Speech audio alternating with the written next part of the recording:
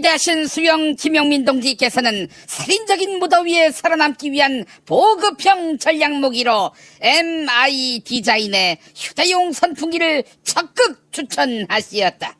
그동안 불량 재래 선풍기들이 과열과 불량으로 수류탄처럼 폭발하는 뉴스를 보며 안타까워하셨던 김용민 동지께서는 오직 안전이 최우선인 휴대용 선풍기를 수소문한 끝에 결국 MI 디자인의 휴대용 선풍기를 찾아내신 것이었다.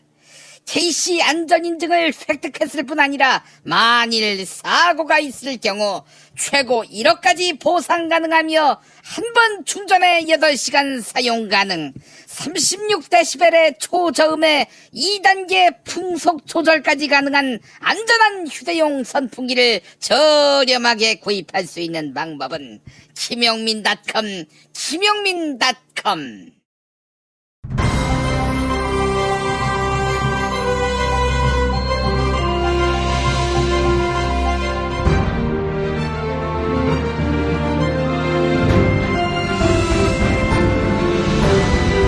2018년 7월 30일 월요일 김용민 브리핑 2부 시작합니다.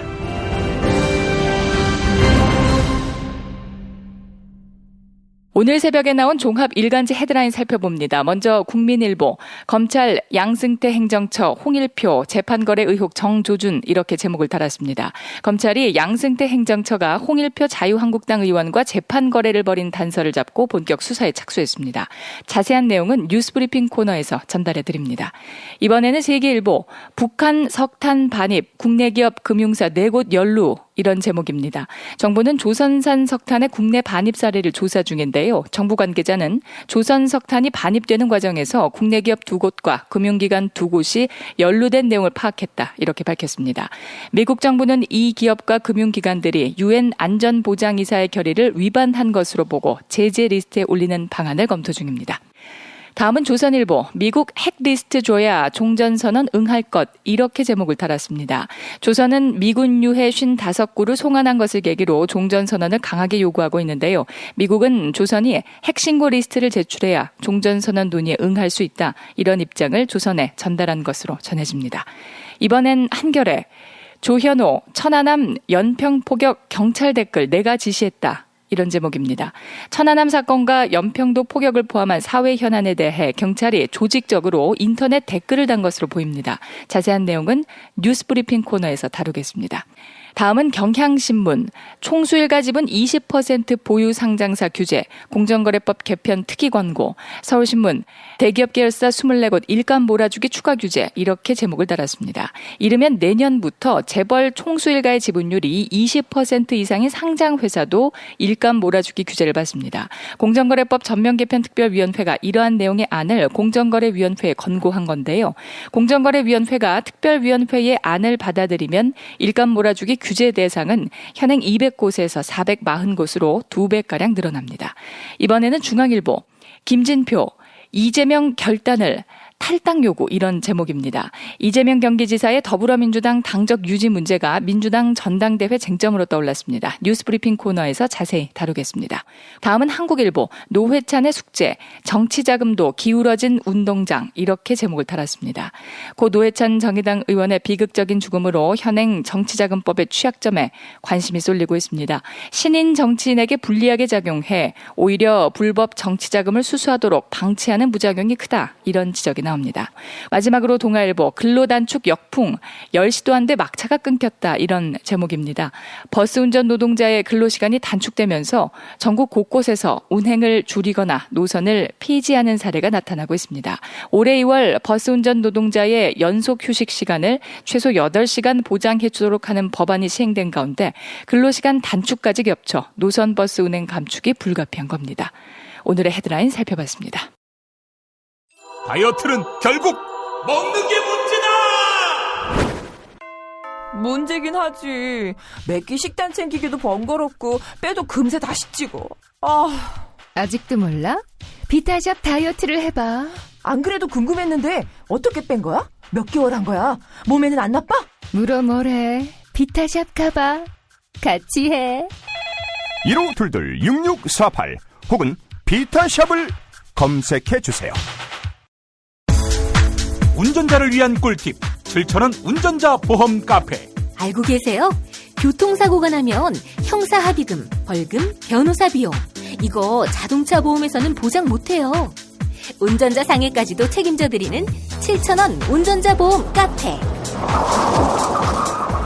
버스, 택시, 트럭 등 영업용 차량 운전자를 위한 12,500원 운전자 보험 카페도 있습니다.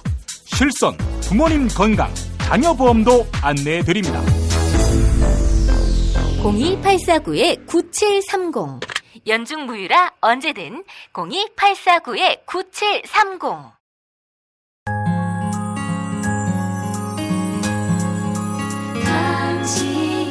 정직한 뉴스 보자관 김용민과 주파수를 맞춘다. 새로운 아침 특별한 선택 김용민의 뉴스 브리핑. 김용민의 뉴스 브리핑. 국군 기무사령부의 계엄령 문건을 수사하는 합동수사단이 문건 초안을 확보해 분석하고 있습니다. 청와대와 국방부가 공개한 계엄 대비 계획 세부 자료는 작성 과정에서 2차례 수정된 바 있는데요. 군검 합동수사단은 기무사가 제출한 USB 메모리에 이 문건이 수정되기 전 초안이 들어있는 것을 확인했습니다. 합동수사단은 문건 수정 과정에서 달라진 부분을 대조해 작성 과정과 경위를 밝히는 데 주력하고 있습니다.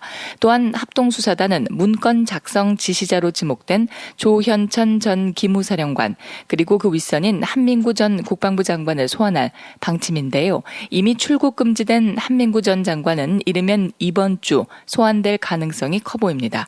아울러 기무사가 이명박 정부 시절인 2012년 대선은 물론 참여정부 때인 2007년 대선에서도 선거에 개입한 것 아니냐 이런 의혹이 제기됐습니다. MBC에 따르면 기무사는 18대 대선을 5달 앞둔 2012년 7월 박근혜 캠프 지원을 위한 기획 문건을 작성했는데요.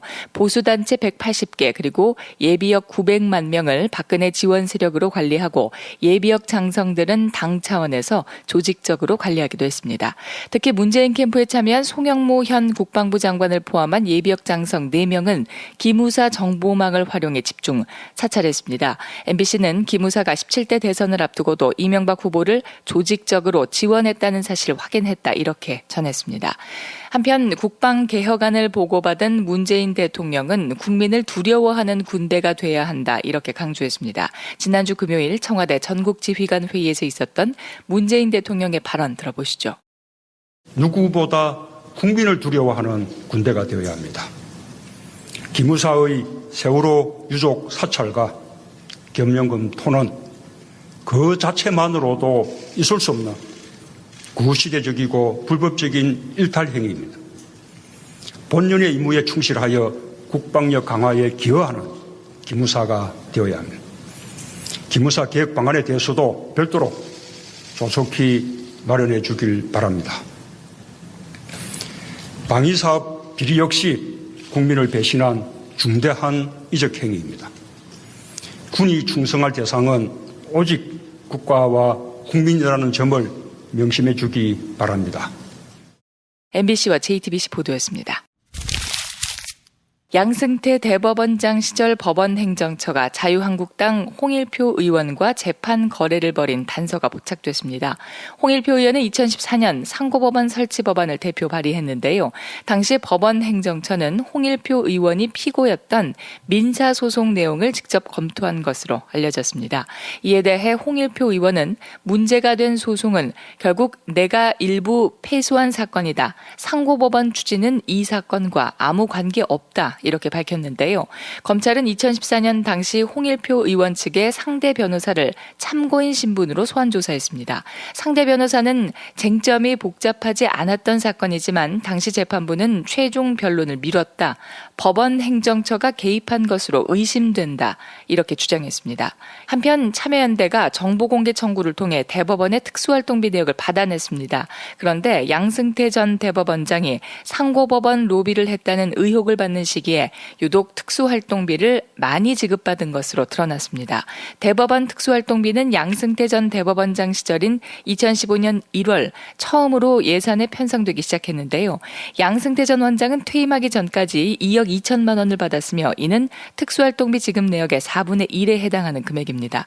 특히 2015년 7월에서 12월 사이에는 다른 시기보다 훨씬 더 많은 특수활동비를 받은 것으로 드러났는데요. 2015년 8월 양승태 당시 대법원장은 상고법원 설치를 위해 박근혜 당시 대통령과 독대한 바 있습니다. 참여연대는 당시 지급된 특수활동비가 상고법원 설치를 위한 로비 용도로 사용됐을 가능성이 있다.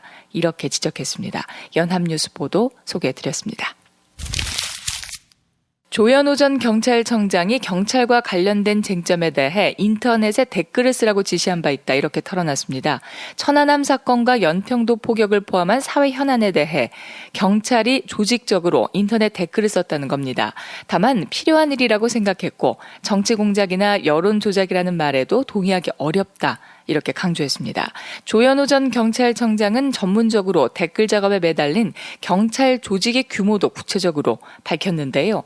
경기지방경찰청장을 지낼 때에는 50여 명, 서울지방경찰청장을 지낼 때에는 최대 80여 명 규모로 이른바 사이버 대응팀을 구성했다. 이렇게 말했습니다. 특히 사이버 대응 활동 시 경찰 신분을 밝히지 않아도 된다. 이렇게 지시한 사실도 인정했습니다. 정당한 직무집행이라는 항변과 모순되는 대목입니다. 이상은 한겨레 보도였습니다. 지난주 금요일 조선은 조미 정상회담 합의에 따라 6.25 전쟁 참전 미군의 유해를 송환했죠. 이에 도널드 트럼프 미국 대통령은 김정은 조선 국무위원장에게 감사의 뜻을 표했습니다. 백악관에서 미국의 경제 성장에 대한 연설을 하다가 즉흥적으로 유해 송환을 언급한 건데요. 트럼프 대통령은 김정은 위원장에 대한 감사와 신뢰를 거듭 강조했습니다. 나는 김 위원장이 유해를 찾고 찾으면서 약속을 계속 이행할 것이라고 확신합니다. I want to thank Chairman Kim in front of the media for fulfilling a promise that he made to me, and I'm sure that he will continue to fulfill that promise as they search and search and search. 이에 따라 미군 유해 송환을 계기로 조선과 미국의 대화 분위기가 긍정적으로 흘러가는 것 아니냐 이런 전망이 나오는데요. 하지만 조선은 이틀이 지나도록 이를 대내외 매체에서 언급하지 않고 있습니다. 최근 조선은 각종 매체를 총동원해 미국의 종정선언 체결을 요구하고 있는데요. 본 게임에 속하는 비핵화와 대북 안전보장의 교환을 둘러싸고 신경전을 벌이는 것으로 보입니다. MBC와 연합뉴스 보도 전해드렸습니다. 기획 탈북 논란을 빚고 있는 여종업원 집단 탈북 사건에 대해 국가인권위원회가 직권조사를 하기로 했습니다. 사건 2년 만에 식당 지배인 허모 씨는 당시 국가정보원이 모든 걸 기획했고 대다수 종업원들은 한국에 가는 걸 몰랐다 이렇게 주장했죠. 이에 인권위는 6명의 조사단을 구성해 여종업원들 전원이 자유의사로 탈북을 결정했는지 국내로 입국하는 과정에서 국가기관이 위법하게 개입했는지의 여부를 조사할 방침입니다. 하지만 인권위의 조사 결과가 나오더라도 종업원들의 거취를 결정하기는 쉽지 않습니다. 정부 당국자는 입국할 때의 마음과 현재의 마음이 달라진 종업원들이 있다 이렇게 전했습니다. 해법 찾기가 쉽지 않은 상황에서 이 문제는 언제든 남북관계의 발목을 잡을 수 있어서 정부의 고민도 깊어지고 있습니다. 인권 관계자들은 우선 철저히 진상규명을 마친 뒤에 당사자들의 의사에 따라야 한다 이렇게 충고합니다. KBS 보도 전해드렸습니다. 조폭 유착 의혹을 받고 있는 이재명 경기지사의 당정 문제가 더불어민주당 전당대회 쟁점으로 떠올랐습니다. 당권 주자 가운데 한 명인 김진표 의원이 이재명 경기도지사를 겨냥해 사실상 탈당을 요구한 겁니다. 어제 국회 기자간담회에서 있었던 김진표 의원의 발언 들어보시죠. 정말 아무 근거 없는 일이라면 명백히 밝히고 그렇지 않으면 본인이 스스로 결단해서 이 문제를 풀어야 한다고 생각합니다. 이어서 김진표 의원은 당에 부담이 되고 문재인 대통령에게도 부담이 된다. 민주당 지지율 하락에도 상당한 영향을 주고 있다고 생각한다. 이렇게 주장했는데요. 반면 더불어민주당 이해찬 당대표 후보는 이재명 지사 관련된 의혹에 대해 잘 모른다. 전당대회와는 관계가 없을 것이다. 이렇게 말했습니다. 조폭유착 의혹이 전당대회라는 무관한 일이라며 선을 그은 겁니다. 이재명 지사 측은 당혹감을 감추지 못했습니다. 이재명 지사 측은 도정에 최선을 다해 집중하고 있는 시기에 김진표 의원의 발언이 나와 당혹스럽다. 어떤 배경에서 그런 발언이 나온 것인지 경위를 파악하고 있다 이렇게 말했습니다. 세계일보 보도였습니다. SBS 취재진이 라오스댐 사고 피해자들을 만나기 위해 대피소를 찾아갔습니다. 위생 문제는 심각하고 치료할 약은 모자랐습니다. 급성 열성 질환인 댕기열과 말라리아는 물론 악몽에 시달리는 환자도 많습니다. 하지만 물이 다 빠지지 않아 마을 복구는 시작도 못했고 급류에 쓸려내려온 토사가 곳곳에 늪을 만들어 중장비 반입도 어려운 상황입니다. 한편 시공사인 SK건설 측은 댐이 붕괴된 것이 아니라 보조댐 상부 가운데 200m가량이 일부 유실된 것이다 이렇게 설명했는데요. 사고 현장을 찾은 서울신문 취재진은 애초 댐이 있었던 자리라고 보기 힘들 정도로 흔적조차 사라졌다고 꼬집었습니다. 이런 가운데 우리 정부의 첫 구호 물품이 도착해 라오스 당국에 전달됐습니다. 또한 우리 의료진 15명으로 구성된 긴급 구호대도 파견돼 오늘부터 활동을 시작할 예정입니다. SBS와 서울신문 보도 소개해드렸습니다. 홍준표 전 자유한국당 대표가 고 노회찬 정의당 의원의 죽음을 겨냥해 자살 미화, 책임 회피란 표현을 사용해 논란입니다. 홍준표 전 대표는 자신의 SNS에 자살이 미화되는 세상은 정상적인 사회가 아니다. 잘못을 했으면 그에 상응하는 벌을 받아들여야 하는 것이지 자살을 택한다는 것은 책임 회피에 불과하다. 이런 내용의 글을 남겼습니다. 이에 자유한국당을 제외한 여야는 일제히 홍준표 전 대표를 비판했습니다. 정의당은 논평을 통해 그 누구도 고 노회찬 원내대표의 죽음을 미화하지 않았다. 다른 사람의 처지를 생각할 줄 모르는 생각의 무능은 말하기의 무능을 낳고 행동의 무능을 낳는다. 이렇게 비판했습니다. 민주당 역시 습관을 버리지 못하고 예의 없는 모습을 보여주고 있다. 이렇게 논평을 냈는데요. 그러자 홍준표 전 대표는 반박글을 올려 논란을 더욱 부채질했습니다. 홍준표 전 대표는 같은 말을 해도 좌파들이 하면 촌철살인이라고 미화하고 우파들이 하면 막말이라고 비난하는 이상한 세상이 되었다. 이렇게 주장했습니다. 일각에서는 홍준표 전 대표가 일부러 논란을 예상하고 글을 올렸다는 분석을 내놨습니다. 강성 우파로서 입지를 강화하기 위해 타이밍을 포착했다는 겁니다. 이상은 서울신문 보도였습니다.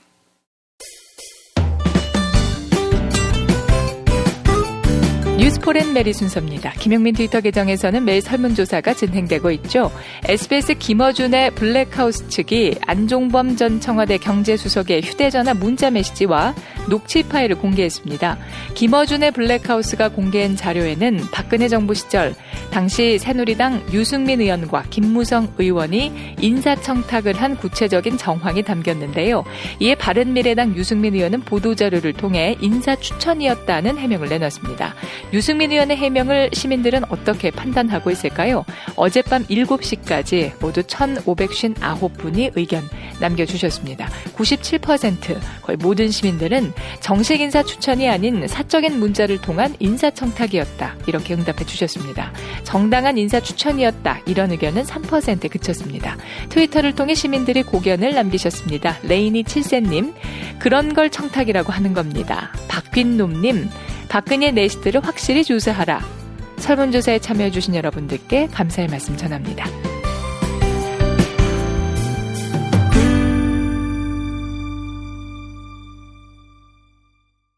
아이고 무릎이야. 주사도 맞고 무릎 보호대도 이것저것 써봤는데 효과가 없네. 무릎펜 몰라? 무릎펜? 무릎펜이라고 이번에 새로 나온 무릎 관절 보호대야. 우리 부모님도 무릎펜 사용하시고 운동하는 재미에 푹 빠지셨어. 어디서 살 수 있어? 네이버에서 무릎펜을 검색 후 쇼핑몰에서 구매하시고 상담은 010-2255-4489 최 과장을 찾아주세요.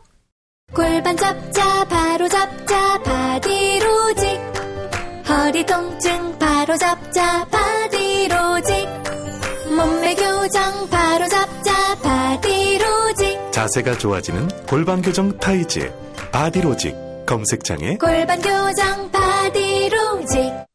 삐딱한 남성 골반 허리에도 역시 바디로직입니다. 바디로직의 효과를 못 느끼셨다면 100% 환불해드립니다. 자세한 환불 조건은 홈페이지를 참조하세요. 답은 이미 정해져 있으니 너는 대답만 해라고 하는 답정모. 아닌데. 답은 정치인데 너만 몰라. 이건데.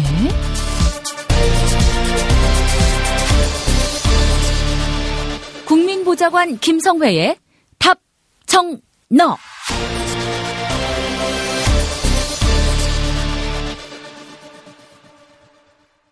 40대 남성 10,000원대, 10살이라면 5,000원대의 실손보험입니다. 40세 여성 기준 월 2만 원 치아보험도 있습니다. 다음에서 7,000원 운전자 보험 카페를 검색하세요. 전화번호는 016-360-0689 또는 02-849-9730번입니다.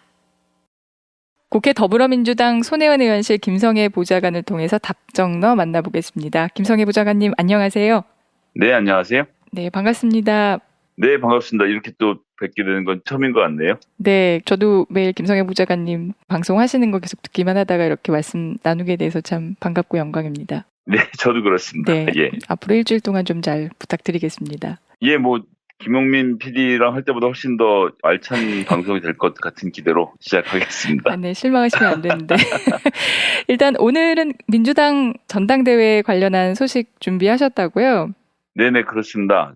이제 3인으로 당대표가 압축이 됐고, 그 압축된 당대표들이 첫 일정을 다 소화를 했습니다. 그런데 이제 정치권에서 가장 중요한 것은 전 두 가지라고 보는데요.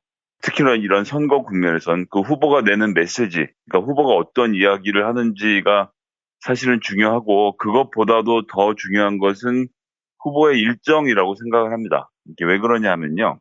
사람의 몸은 하나라서 본인이 갈 수 있는 범위가 아주 극히 제한적이거든요. 지금 이제 전당대회라고 하면 전국 17개 시도당의 대의원들, 권리당원들, 그리고 일반 당원들 이런 분들에게 다 메시지를 전해야 하고, 또 전라도를 갈 건지 경상도를 갈 건지 몸뚱아리가 하나이기 때문에 그날 어디를 갔는지, 그리고 처음 일정을 무엇을 소화했는지를 보면 아, 이 사람이 어디에다 비중을 두고 있구나를 쉽게 알 수 있거든요. 예를 들어서 문재인 후보가 대통령 후보이던 시절에 일정을 잡는 것이 얼마나 치열하냐 하면, 일정 하나를 잡기 위해서 예를 들어서 저 같은 이제 경우에는 홍보 일을 했었는데, 그때 대통령 후보님 1시간 동안 스튜디오 촬영을 하려고 그 시간을 빼기 위해서 일주일 동안 일정 회의에 들어가서 이야기를 하고, 결국은 서울까지는 도저히 올라올 시간을 뺄 수가 없어서 저희가 촬영팀을 다 데리고 짐을 바리바리 싸들고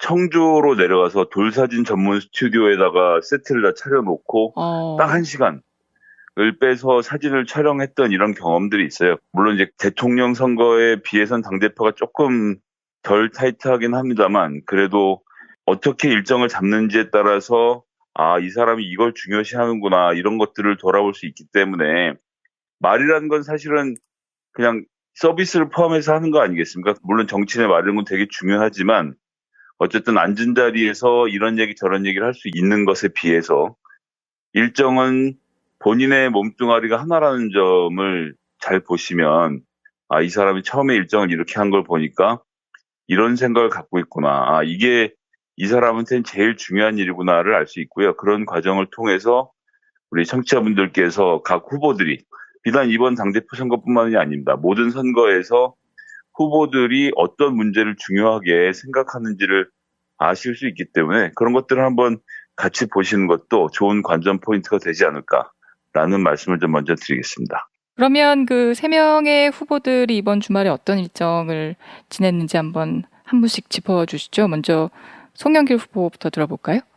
네. 송영길 후보는 일단 두 후보에 비해서 굉장히 젊죠. 네. 아주 젊음을 강조를 할 수 있고 젊은 피라는 명칭으로 이제 본인 이야기를 하는데 DJ 묘역 참배로 공식 선거운동을 돌입을 했습니다. 김대중 대통령의 묘역을 참배했다라는 것이 또 이 안에 가진 의미가 크죠. 네. 민주당이라고 하면 정통적으로는 호남세가 강하고 그것이 이제 김대중 대통령께서 호남 출신이기 때문이기도 하고 이젠 다 지나간 얘기입니다만 예전에 김대중 대통령이 40대 때 박정희 후보하고 대통령 선거를 붙였을 때 처음엔 사실 호남에서 김대중 대통령이 박정희에게 졌었거든요. 네네. 그 이후로 호남의 인구가 적고 영남의 인구가 많은 점 등등으로 해서 정권이 인위적인 지역 감정을 불어넣는 것까지 포함을 해서 작업을 하게 됐고 어쨌건 이런저런 과정을 거쳐서 민주당이 한때는 호남세가 아주 절대 다수였던 시절이 있습니다. 네.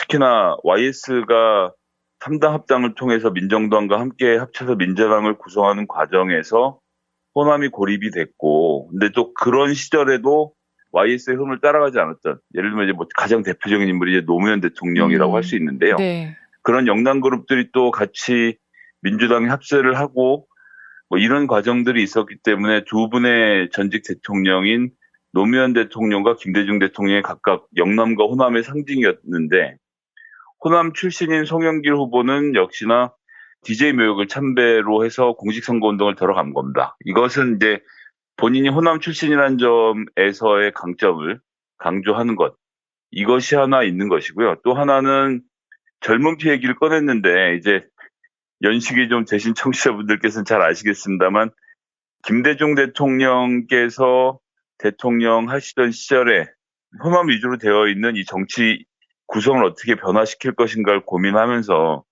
1995년에 새정치국민회의를 만들면서부터 그때 소위 이제 젊은 피 수혈이라는 것을 시작을 합니다. 제가 뭐 그 명칭 자체를 대통령께서 가장 먼저 쓰셨는지는 잘 모르겠지만 어쨌든 젊은 피 수혈이라는 것은 김대중 대통령의 트레이드 마크인 셈이거든요. 그리고 그때 수혈됐던 사람들이 바로 지금 86그룹이라고 불리우는 당시 95년을 기준으로 해서는 30대 후반 40대 초반에 민주화운동에 격렬하게 참여했던 학생운동권들을 대거 받아들이는 작업이 95년에서 99년까지 있었거든요. 네네. 그 과정을 통해서 전대 부의장이었던 이인영 의원, 또 뭐 국회의원이 되진 못했습니다만 전대협의 전신 삼민투 의장이었던 허인회 씨, 뭐 이런 사람들이 다 그 당시에 영입이 됐고, 뭐 김민석 씨도 그렇고 임종석 실장도 그렇고 그 무렵에 대학에서 총학생회장 출신이거나 혹은 하여튼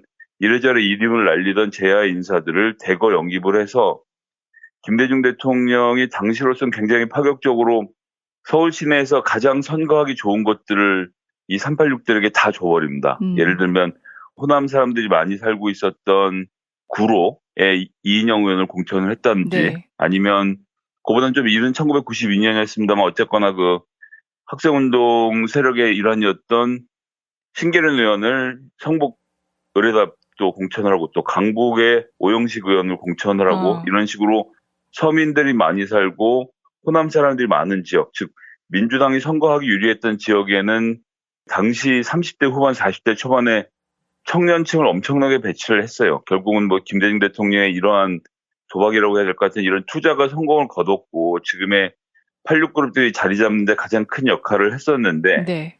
근데 이제 문제는 86그룹들이 이미 50대 중반을 향해 달려가고 50대 뭐 많은 사람도 50대 후반까지 가고 있거든요. 그렇죠. 네. 그러는 과정에서 아직도 86그룹이 젊은 그룹으로 남아있다는 것. 이 이후의 세대들이 사실 민주당으로 제대로 유입이 되거나 리더 그룹을 키워내지 못하고 있다는 문제가 끊임없이 제기됐었고, 그 책임자로서 386 세대가 또 지목됐던 것도 사실이거든요. 본인들까지는 작업을 했고 지금까지도 세대 교체를 하자라고 20년째 얘기를 하고 있는 상황이 그런 천국이 빚어진 거죠. 지금 와서 세대 교체를 얘기하는 건 사실은 30대 후반 40대 초반 그때 386처럼 영입됐던 사람들이 해야 하는데, 네.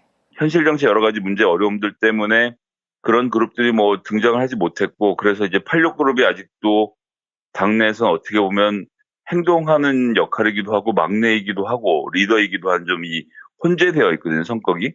그렇기 때문에 이번에 송영길 의원이 20대, 30대들 이렇게 젊은 피를 수혈하겠다는 얘기를 DJ 대통령 묘소를 참배한 후에 했다는 것, 이것은 뭐 그것이 가지는 메시지가 크다고 생각을 합니다. 이제 본인 이후의 세대들을 키우겠다라는 이야기를 하는 건데, 뭐 네. 저는 20, 30대를 많이 받아들이고 키워내는 것은 되게 필요한 작업인데 좀 늦지 않았나. 386들이 진작 이런 일들을 좀 해주셨어야 했는데 시기상으로 늦긴 했지만 어쨌든 첫 메시지를 들고 나왔다는 점에서는 전 긍정적으로 보고 있습니다. 그래서 당내 30대 국회의원들을 찾아보기 힘들어진 상황에 대해서 이야기하면서 20대, 30대 에너지를 키워내서 청년 민주당을 만들겠다라는 송영길 후보의 이런 바람, 이런 것들이 좀 잘 이루어졌으면 좋겠고요. 네. 뭐 이제 그러는 가운데서 본인이 이제 자치단체장 경험이 있다, 이제 이런 것들도 앞으로 잘해갈 것이다라는 이야기를 하고, 뭐 이런 식으로 해서 첫 일정을 소화한 것이 일단 오늘 이제 송영길 후보에게서 보이는 좀 그런 특이한 점이었던 것 같습니다. 김진표 의원은 그러면 주말 일정 어떻게 소화하셨나요? 예, 김진표 의원은 요즘 한창 지역위원회 개편대회를 하고 있는 중이거든요. 그런 이제 개편대회 방문한 것을 했고, 공식적인 첫 일정으로는 기자회견을 열었습니다. 어제 오후에 국회에서 기자회견을 열고 경제 소방수가 되겠다라는 각오로 이제 경제를 살리겠다라는 본인의 강점을 부각을 시켰죠. 잘 아시겠지만 민주당 내에서 경제 전문가로는 정말 손에 꼽는 인물이라고 할 수 있죠. 김진표 후보. 그렇기 때문에 지금 당청 간의 소통도 중요하지만 그것보다도 중요하게 당대표로서 경제 문제에 집중하는 모습을 보이는 것 같아요. 네. 특히나 또 작년에 국정기획자문위원장까지 맡아서 문재인 정부의 첫 경제계획 5년을 설계했던 당사자 아닙니까? 그런 상태인데 제가 청취자분들께 몇 번 말씀드렸습니다만 지금의 경제 위기, 취업 문제 이런 것들이 사실은 지난 수년간 누적되어 왔던 문제들이 터져 나오고 있는 것이거든요. 그리고 그 해결책이라는 게 갑자기 주사 한 방 맞는다고 모든 병이 나을 수 있는 것도 아니기 때문에 이제 문재인 정부로서는 최대한 노력을 하면서 경제 문제를 해결하기 위한 체질 개선을 시도를 하고 있는 건데 네. 병원 가보신 분들도 알고 다이어트 해보신 분들도 알겠지만 처음에 사실 되게 고통스럽거든요. 진전은 없고 이렇게 하면 된다는데 딱히 눈앞에서 보이는 건 없고 이제 이런 과정에서 자꾸 불만이 쌓여 나오게 되는 거죠. 저는 지금의 경제 정책의 문제가 그런 점이라고 생각을 합니다. 그런데다가 지난 1년 동안은 어떻게 할지 몰라서 우왕좌왕하고 있던 보수 세력들, 적폐 세력들, 또 우리에게 우호적이지 않은 언론들이 이번 기회를 강하게 사용을 하는 거죠. 그래서 경제 문제를 해결해가는 과정인데 왜 해결이 되지 않았냐. 수술하는 도중에 수술대에 뛰어들어서 왜 완치가 되지 않느냐라고 묻고 있는 형국인 건데 그런 데 대한 설명은 제대로 하지 않고 경제에 대한 지적을 계속하고 있는 상황인데요. 이런 일이 있을 때 김진표 후보는 본인이 이 문제만큼은 정확하게 알고 해결할 수 있다라는 생각을 하고 있기 때문에 그리고 이제 그런 것이 본인의 장점이기도 하고요. 네. 그래서 중소기업 벤처 열풍도 만들어야 된다. 이제 금융권도 기득권을 깨야 된다라고 하면서 인터넷 은행 설립 규제를 완화하는 등의 여러 가지 대책들을 내놓고 있는데 네. 이런 방향으로 해서 당이 주도적으로 해서 경제 문제 해결을 같이 해나가겠다라는 생각을 하고 있다는 점. 그런 점에 있어서는 야당은 경제를 살리는 전략적 협치는 할 수 있지만 그 이상으로는 아직은 계획은 없다는 얘기도 좀 있었고요. 그래서 역시나 대화를 통해서 야당을 설득하고 그래도 경제 문제에 있어서는 여야 없이 함께하는 모습을 보여주겠다. 이것이 이제 김진표 후보가 이번에 내놓은 본인의 큰 그림인 것 같습니다. 네네. 그 김진표 후보가 사실은 이제 모르시는 분들은 잘 모르시는 텐데 특히 이제 소규모의 그룹 토크에서는 상당히 강점을 갖고 있어요. 오랜 동안 경제 관료로서의 쌓여있는 내공도 있고 그리고 또 워낙 이렇게 말도 잘 하는 편이라 사람들이 모여 앉아있는 가운데서 그 사람들을 설득하고 철복시키는 데는 대단한 재주를 갖고 있는 사람이거든요. 그렇기 때문에 당대표 후보로 나와서도 야당과 경제 문제를 다루는 데 있어서 본인이 갖고 있던 그런 장점들, 경제 전문가로서의 식견, 그리고 설득의 능력, 이런 것들을 발휘해서 전략적 협치를 끌어내겠다라고 이야기를 하고 있는 것이고요. 전 그런 점에서 또 유권자들의 많은 지지를 받고 있지 않나 싶은 생각을 좀 해봅니다. 그러면 마지막 후보 일정 한번 들어보겠습니다. 이해찬 의원 같은 경우에는 어떤 일정 소화했나요? 이해찬 후보는 첫 일정으로 봉화에 내려갔었습니다. 보니까 대대적으로 하고 내려가진 않았고 봉화에 내려가서 노 대통령님 참배하는 것을 첫 일정으로 했고 네.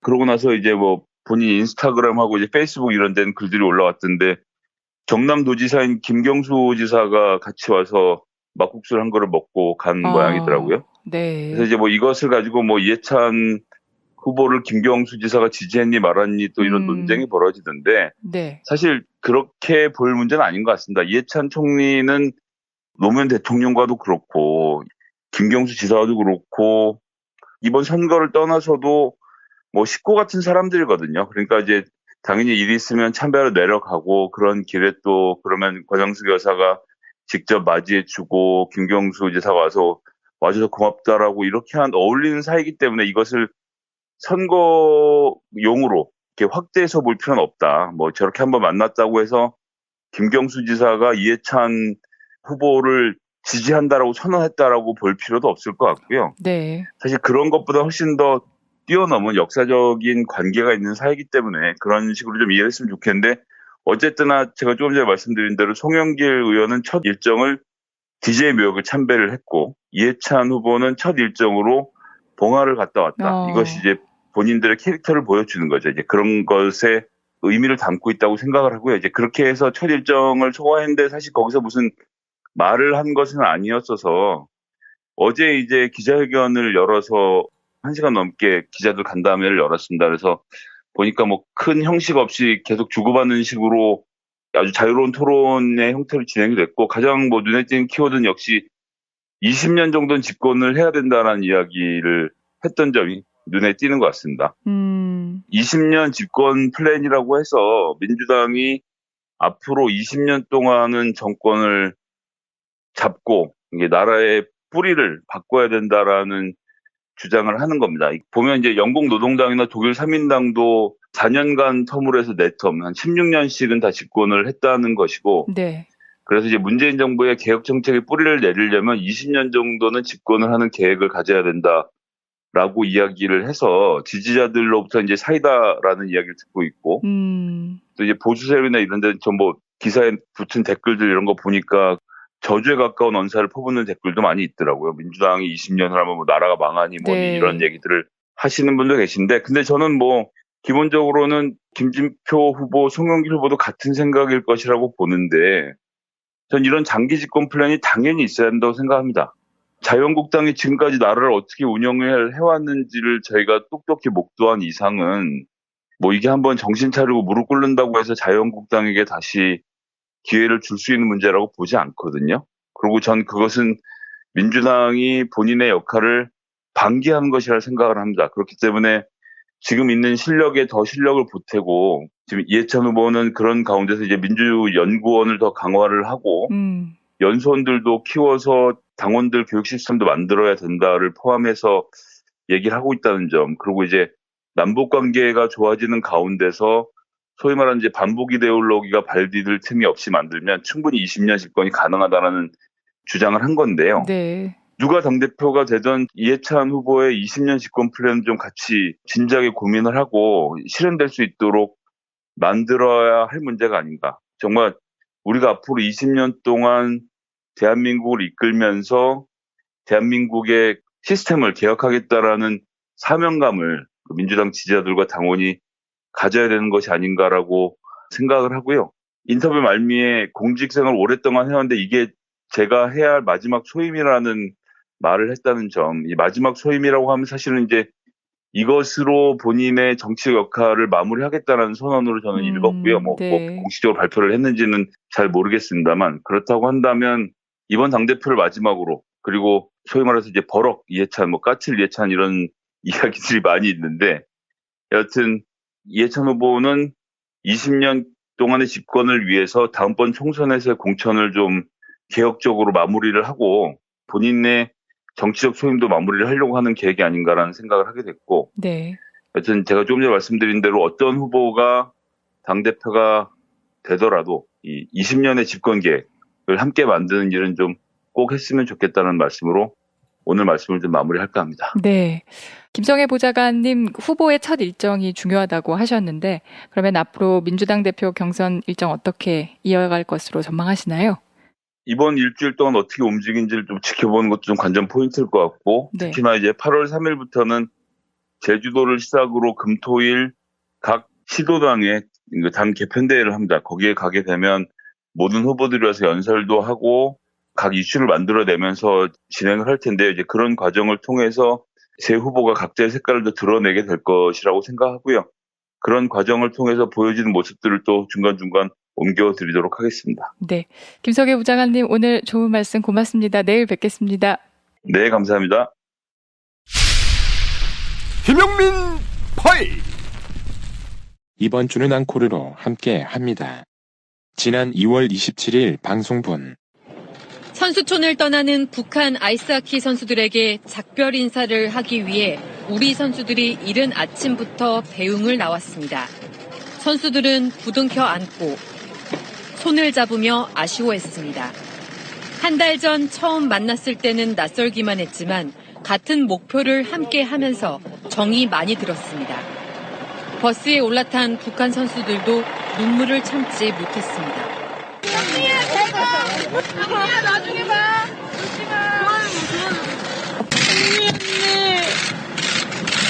언니 그만 울어요. 앞으로 만날 수도 있는 사람이면은 마음이 괜찮을 텐데 다시는 못 볼 수도 있으니까. 다음에 평양 놀러 오라고, 놀러 오면 옥류관 냉면 100그릇씩 사준다고 그런 얘기도 하고. 오전 전패.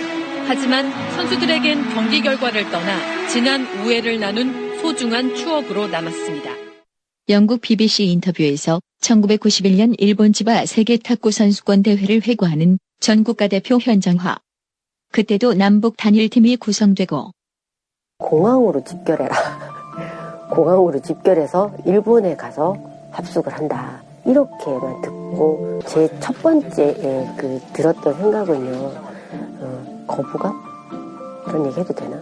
조금 이용을 당하는. 탁구 대국 중국이 남북 단일팀에 무너지는 순간 끝나자마자 우리 쪽으로 카메라가 다 덮친 거야. 진짜 얼마나 울었는지 몰라. 진짜 너무너무 많이 울었어요. 근데 그 감정이 뭔지를 모르겠어요. 제가.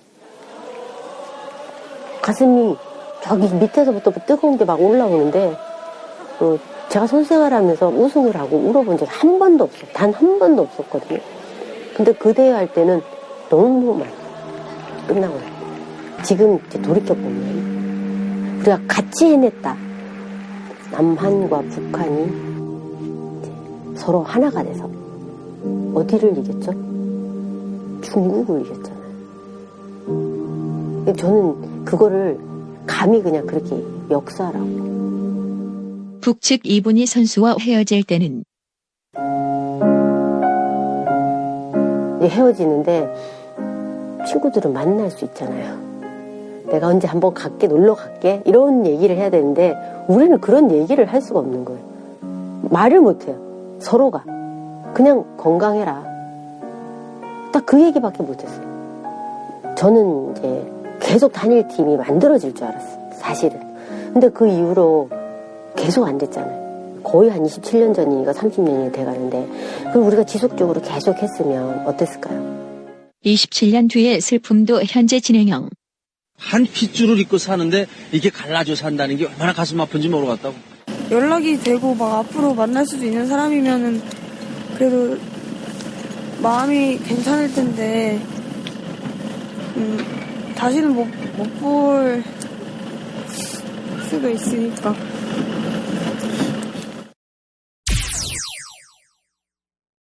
판촉물이나 단체 선물이 필요할 때 이왕이면 우리 편 회사 네피아를 찾아주세요. 인터넷 검색창에 네피아를 치시거나 032-519-4800으로 전화주시면 친절하게 상담해드립니다. 그런데 상품은 뭔가요? 네피아를 가서 고르세요. 3만 가지가 넘는 물품이 있어요.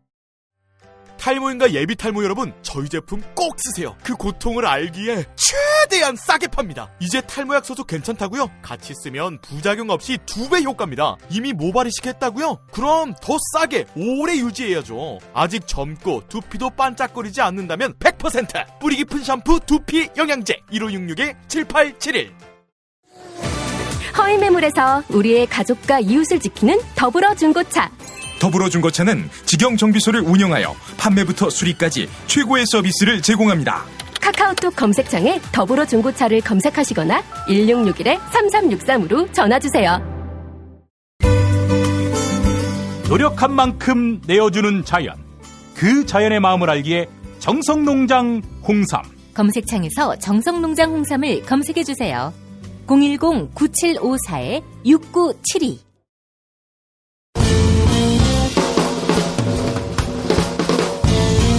미디어 오늘 정상근 기자가 뉴스 속의 뉴스를 짚어드립니다. 정상근 기자의 오늘 미디어.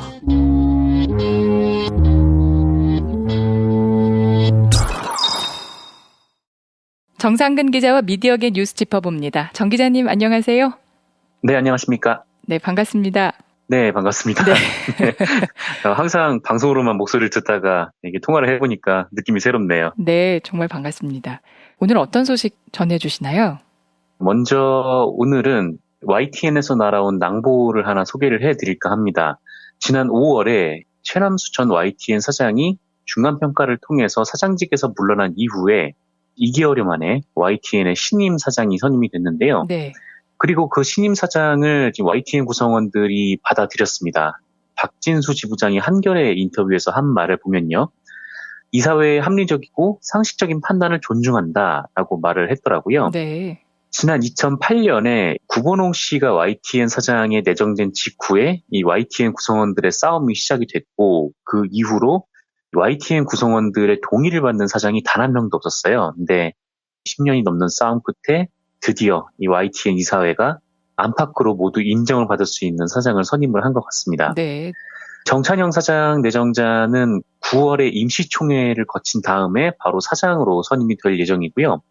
정찬영 사장에 대해서 다시 한번 짧게 말씀드리면 이미 많은 분들이 아시겠지만 MBC 라디오 본부장 출신이고 또 손석희의 시선집중, 배철수의 음악캠프 이런 MBC 간판 라디오 프로그램들을 키워낸 장본인입니다.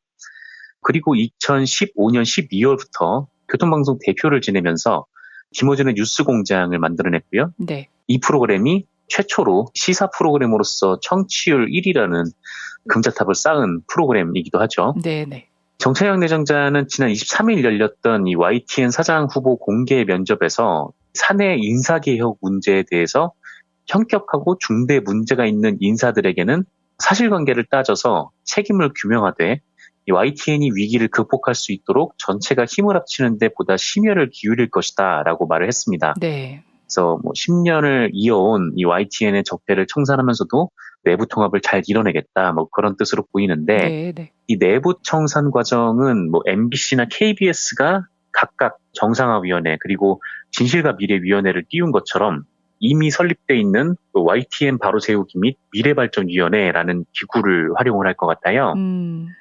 노사가 함께 이 위원회를 구성을 해서 이 YTN의 신뢰의 추락 원인 등을 파악하겠다는 것이 정찬영 대표의 입장인데 잘 됐으면 좋겠습니다. 네, 그래서 어떻게 보면은 가장 먼저 MB의 방송 장악이 시작이 됐는데 또 가장 늦게 이명박 박근혜의 방송 장악에서 이 YTN이 빠져나온 셈인데요. 네. 늦은 만큼 좀 빠른 신뢰 회복을 이뤄내서 YTN이 다시 일어서기를 또 진심으로 기대를 해봅니다. 네.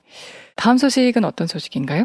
네, 제가 지난주에 이 MBN 보도에 대해서 말씀을 드린 바가 있었습니다. 네. MBN이 고 노회찬 정의당 원내대표의 타살설을 제기를 했다라는 것이었는데요. 이미 정의당도 그리고 유족들도 노회찬 원내대표의 극단적 선택을 받아들였습니다. 물론 충격을 워낙 많이 받은 시민들의 입장에서야 고인이 이렇게 황망히 돌아가신 것이 맞냐며 답답함에 의심을 하실 수도 있을 것 같은데 네. 그때 언론이라면 좀 이런 주장을 반영은 하긴 하더라도 그만한 합리적 근거를 대야 마땅하죠. 그렇죠. 하지만 이 MBN의 보도는 전혀 그런 합리성이 없었습니다. 그래서 이게 합리적 근거는커녕 무슨 문재인 정권이 김경수 경남도지사를 보호하기 위해서 노회찬 의원을 타살했다 이런 이상한 자들의 주장을 그대로 받아쓴 보도였어요. 그래서 이 이상한 단체 회원들의 주장을 그대로 옮겨 적거나 이용식이라고 하는 고 백남기 농민의 사인이 물대포가 아니다 이런 괴상한 주장을 하는 자의 의견을 마치 전문가의 의견인 것처럼 꾸며서 타살설을 주장하는 내용이었는데 그래놓고 이 보도 마지막에 경찰이 그런 가능성에 대해서 일축했다 이런 글을 넣으면서 마무리를 했어요. 그래서 말하고자 하는 바가 지금 뭔 말인지도 모르겠고 이런 비과학적인 주장을 하는 자들의 발언을 몰아넣은 좀 의미도 개념도 없는 기사였는데 게다가 해당 기사에는 이 정의당이나 고인 측 얘기는 단 한마디도 없기도 했었고요. 아, 네. 그래서 정창원 이 MBN 사회부장이 미디어오늘하고 인터뷰를 했는데 이 정창원 부장은 여러 사람이 타살설을 의심을 해서 논란을 잠재우려고 쓴 거지 타살설을 유포하려던 게 아니다라고 해명을 했습니다. 네. 근데 이게 논란을 잠재우려면 팩트체크 같은 거를 해야지 이용식 같은 자들의 말을 전문가의 발언처럼 포장을 하는 게 논란을 잠재우기 위한 것이라니 이게 참 말도 안 되는 얘기고 네. 좀 어이가 없는 그런 얘기이기도 하죠. 그래서 이 부분은 저번 주에 말씀을 드렸고 제가 오늘 말씀드릴 것은 이 보도 이후에 이 MBN에서 난리가 났다라는 데 있습니다. 전국언론노조 MBN 지부 그리고 MBN 기자협회가 이에 대한 비판 성명을 냈어요. 네. 일단 이 한국기자협회 MBN 지회의 성명을 보면 해당 보도에 대해서 담당 데스크의 공식 해명과 재발방지 대책 마련을 위한 보도국 시스템 개선 TF팀 구성 이런 것을 이제 공식적으로 요구를 했는데 네. 기자협회에서는 이 해당 보도가 취재의 기본인 객관적인 사실 확인 등 합리적인 의심을 해볼 수 있는 과정이 전혀 없었다 이렇게 비판을 했습니다. 네. 그래서 MBN 지회는 이 보도에 대해서 어떠한 의혹이 있다는 주장을 기사에 담으려면 해당 의혹이 사실이라고 믿을 만한 명백한 근거가 최소한 하나 이상 확인됐어야 마땅한데 그게 없다면 이 기사를 뉴스 편성에서 과감히 제외했어야 했다 이렇게 비판을 했습니다. 네. 그리고 이 언론노조 MBN 지부 역시 이 보도에 대해서 시청률 지상주의를 내세운 사측의 태도가 불러온 필연적인 참사다 이렇게 지적을 하면서 사과 방송을 하고 또 보도 시스템 개선을 할 것을 요구를 했어요. 아, 네. 특히 이 MBN 지부 같은 경우에는 이번 보도가 나온 근원적인 배경이 쪼개기 편성이 있다 이렇게 주장을 했는데 네. 이 쪼개기 편성이라는 것은 타사가 한두 개 정도 리포트로 갈 만한 뉴스 내용을 이거를 3개에서 5개, 10개 이렇게 쪼개가지고 네. 그 부분에 대해서 뉴스를 길게 함으로써 이제 시청률을 높이겠다 그런 태도인 것 같아요. 네. 근데 MBN은 참 뉴스에서 이런 걸 하나 본지 어쨌든 MBN 지부가 이런 걸 하지 말라라고 했는데 참 이것도 한심한 일이죠. 아울러서 이 관심이 가는 대목이 또 하나 있었는데 이 기사를 쓴 기자 그리고 이 기사를 봤던 선임 기자 이런 사람들이 노회찬 원내대표의 타살설은 기사가 안 된다 이렇게 말을 했다라는 증언이 있다는 점이에요. 근데 데스크가 이제 그걸 밀어붙였다라는 거죠. 네. 사실 언론계에서는 이런 일이 참 흔한 일이기는 한데요. 아, 그런가요? 네네. 기자협회 MBN지회가 이렇게 설명을 했습니다. 담당 부서의 선임 기자와 또 취재 기자가 기사를 작성하는 과정에서 노회찬 타살설이 기사가 될 수 없는 이유에 대해서 여러 차례 설명을 했는데 담당 데스크가 이를 무시하고 휴시트 편성을 강행했다라는 겁니다. 그리고 또 이제 취재 기자가 데스크를 포함해서 상부의 기사화가 어렵다 이렇게 여러 차례 전했는데 이거를 묵살하고 그 기사를 리포팅을 시켰다라는 거죠. 그러니까 결국 이런 보도를 이 현장 기자의 판단까지 무시하고 강행한 사람이 바로 정창원 사회부장이라는 건데 네네. 그분께 지금 꼭 드리고 싶은 말씀은 그런 기사를 쓰고 싶으면 지가 썼으면 좋겠다는 생각이 좀 든다는 겁니다. 그러니까 후배 바이라인 더럽히지 말고 지 생각이 그러면은 떳떳하게 지 이름을 걸고 기사를 내야 된다는 거죠. 네. 그리고 또 능력이 안 되면 또 언론사 데스크를 하면 안 된다라는 생각이 좀 들었고 네. 언론사에서 데스크하지 말고 노회찬 원내대표 타살설을 제기한 그 이상한 자들이 만든 유튜브나 가서 좀 보고 하고 싶은 말이 있으면 감상문이나 쓰라 이런 말씀을 꼭 드리고 싶었고요. 네. 그리고 또 한 가지 좀 말씀드리고 싶은 게 있었는데 네. 이게 MBN이 이상한 보도를 해대고 또 이 연합뉴스 TV가 고인의 시신을 실은 구급차를 따라가면서 생중계를 했었잖아요. 네, 네. 근데 이 두 언론 같은 경우에는 그래도 안에 노동조합이 있으니까 그래도 내부에서 비판도 나오고 지금 견제도 있다라는 점입니다.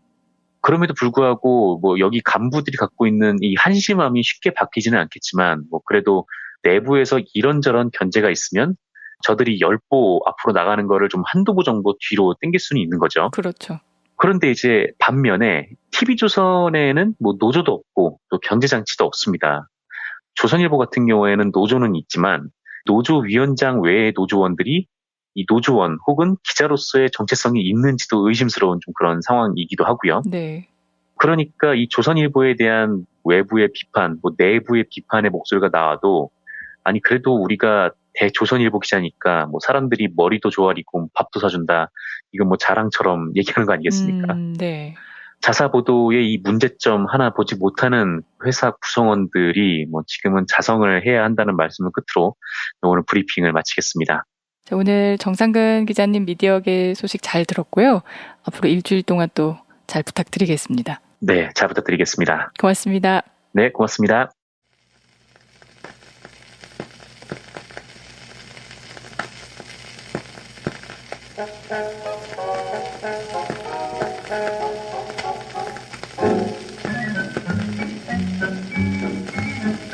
이번 주간은 통일 노래를 들려드리려고 합니다. 먼저 우리나라의 노래 우리 하나 되어인데요.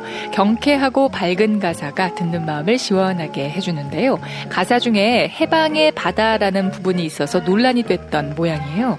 그것이 미국으로부터 해방이냐, 그렇다면 종북 성향의 노래 아니냐, 이런 겁니다. 그러면 분단 논리로부터 해방되는 세상, 누구도 적대시하지 않고 전쟁의 공포 없이 평화롭게 사는 세상을 꿈꾸는 차원이라면 의미가 깊겠죠? 이 노래에 함께 해방의 바다로 나가보죠. 우리나라의 우리 하나 되어.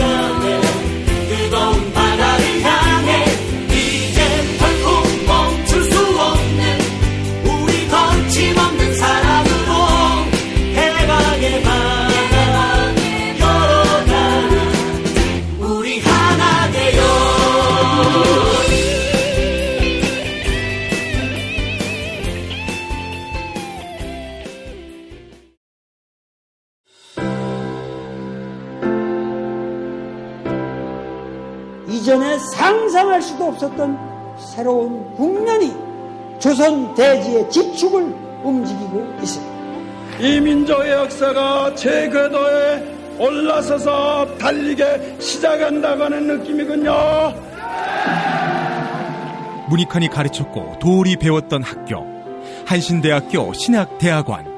꿈을 현실로 살아간 선구자를 양성하는 한신신학은 촛불혁명과 한반도 종전선언 이후의 세상을 준비하고 있습니다.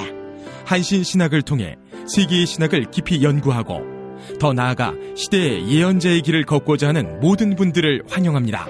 이 새 시대는 문익환 씨의 힘으로 열리는 것이 아니라 바로 여기 모인 여러분들의 힘으로 열리는 거예요. 한신대학교 신학대학원 홈페이지나 02-2125-0108로 문의하실 수 있습니다.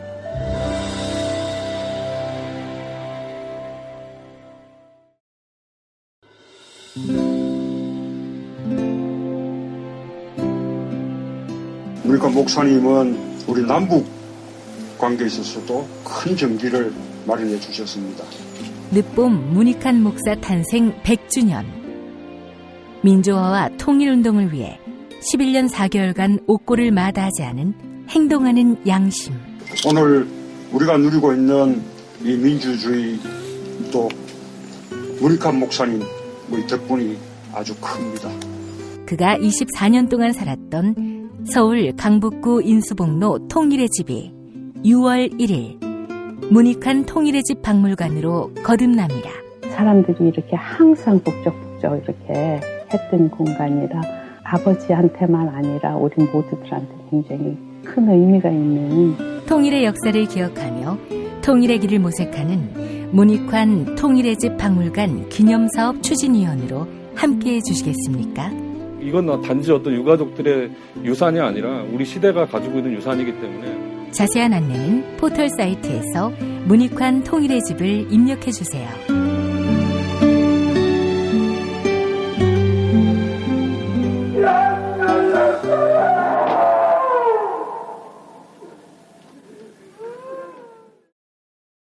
탄핵 때문에 뭐 이야기를 전달을 하려고 해도 길을 막고 듣질 않아요.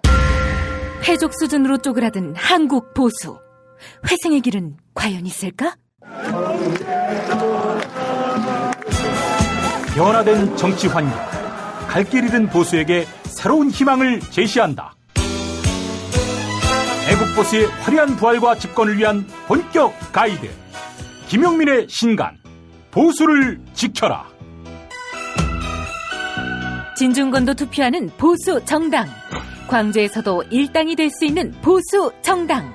젊은이들의 입당이 줄을 잇는 보수 정당. 언제까지 민주당 정의당을 부러워만 할 것인가? 부러우면 진다니까? 자유한국당 당원 김용민이 쓴 보수를 지켜라. 이김에서 나왔습니다. 팟빵 게시판에 올라온 사연들 소개해드립니다. 알품는 입상님, 고 노회찬 정의당 의원의 추도식을 지켜보면서 곁에 있는 사람들마저 모두 깊고 아름답구나라는 생각을 했습니다. 가을물님, 갈수록 슬픔이 더해갑니다. 고 노회찬 의원의 뜻을 잊지 않겠습니다. 겸손하고 낮은 곳에 머물겠습니다. 애청해 주셔서 감사합니다.